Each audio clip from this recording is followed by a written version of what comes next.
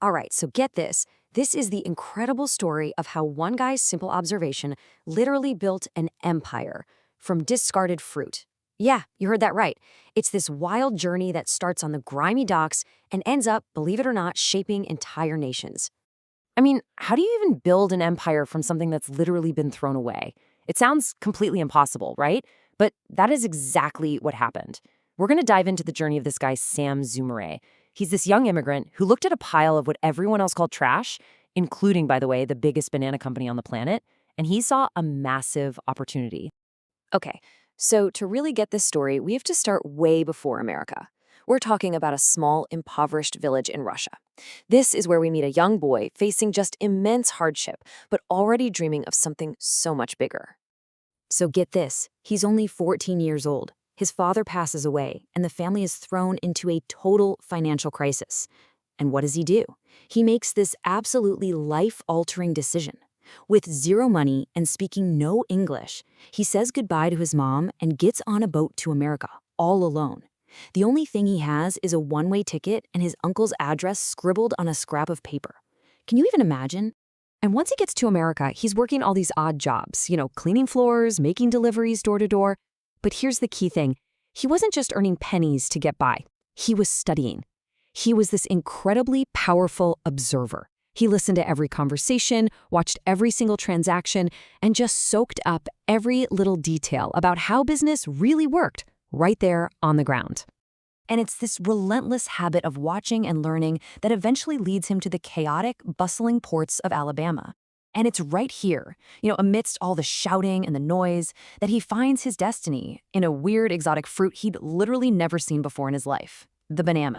So he's watching everything, and he immediately zeroes in on the industry giant, the United Fruit Company. I mean, these guys completely dominated the market. But Sam saw something else. He saw they had this very, very specific, and as it turned out, incredibly wasteful, system for how they sorted the bananas coming off their ships. Okay, so here's how it worked. United Fruit basically had three piles. You had the green, unripe bananas. Those were the premium ones, perfect for shipping all across the country. Then you had the yellow ones, the ripening bananas. They sold those off cheap to local traders. But then there was that third pile, the spotted, ripe bananas, the ones that are actually perfect to eat right then. But the company, they saw them as too fragile to transport. To them, this pile was just waste, garbage. Now, just stop and think about the scale of that for a second. A staggering 15% of every single shipment was just being thrown away. For a massive company like United Fruit, this was just an acceptable loss, a cost of doing business. But for Sam Zumare, this wasn't a loss. This was a gold mine hiding in plain sight. So what does Sam do?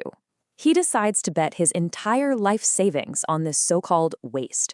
He sees the value that absolutely no one else did, and he was ready to risk everything he had on that one insight. So he scrapes together every single penny he'd saved, about $50, which is like over $1,500 in today's money. He walks right up to the dock managers and makes them an offer. I'll buy all those ripe bananas you're about to throw out. I mean, for them, it was a no-brainer. They were going to get paid for their trash. Okay, but right away he hits a major snag. The train he loaded them onto is just too slow. His bananas are getting riper and riper by the minute. He's about to lose his entire investment. But instead of panicking, he comes up with this totally ingenious plan. He literally jumps off the train at a stop, runs to the nearest telegraph office, and starts wiring ahead to merchants at all the upcoming train stations. His offer? Hey, a cheap shipment of bananas is headed your way, and I'll give you a commission for every single one you sell. He basically turned the train journey itself into his marketplace. Brilliant.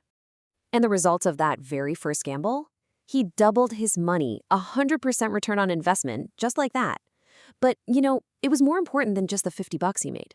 This was proof. This was definitive, undeniable proof that his crazy, radical idea actually worked. But of course, when you start having success like that, it doesn't go unnoticed for long. Suddenly, Sam wasn't just some curious kid hanging around the docks. He was quickly becoming a real nuisance to the very same company whose trash he was turning into a fortune. Yeah, United Fruit didn't see him as some clever innovator. They saw him as a direct threat to their premium market. So they started using their immense power to just squeeze him out. They did everything they could, intentionally delaying his shipments, cutting off his supply of ripe bananas, and even dumping their own ripe bananas onto the market at super low prices just to crush his profit margins. And this whole pressure campaign, it forced Sam to have this really powerful realization. He finally understood that he couldn't survive just by living off the scraps of a giant. If he wanted to beat the giant, he had to become one. He had to control the entire system, from top to bottom. And that realization led to probably the boldest decision of his entire life. He left the relative comfort and safety of the American ports and plunged himself deep into the unforgiving jungles of Central America, right to the source, where the bananas actually grew. See, he knew he had to own and control every single step of the process, from the land itself where the bananas were planted, all the way to the ships that carried them across the ocean. We have a fancy name for this strategy today. We call it vertical integration. But really, it's just a playbook for controlling your own destiny by owning your entire supply chain. And this is what made him so different from his corporate rivals. You know, they were sitting in fancy offices far away, reading reports. Sam was right there in the fields. He was working shoulder to shoulder with his laborers, clearing the jungle, planting seeds, and he even built a whole village for them. And by doing that, he gained this practical, invaluable knowledge. And maybe even more importantly, he earned the deep respect of his workers. But his ambition, man, it grew way faster than his bank account. He found himself heavily in debt, and this led to a massive conflict with his own business partner. It all came to a head and forced him to make a decision that would either turn him into a legend or break him completely. So on one side, you have his American partner, a guy named Ashbel Hubbard, and he was the cautious one. He's looking at their mountain of debt and basically saying, whoa, hold on, we have to settle our debts first. He wanted to stabilize the ship before they tried to expand any further. But Sam saw things differently. He saw a once-in-a-lifetime opportunity. There was this huge tract of perfect banana-growing land up for sale, and he knew he had to grab it before United Fruit did. To him, this wasn't a time for caution. This was the turning point. They had to act, and they had to act now. So to break this stalemate and get full control, Sam does something pretty much unthinkable. He goes to underworld lenders, we're talking loan sharks here, and takes out these incredibly high-risk loans. The interest rate, a staggering 50%. He used that money to buy out his partner's shares. He literally bet everything he had, and a whole lot he didn't, on this single move. And so there he was. He now had 90% ownership of his company, and a mountain of absolutely crushing debt.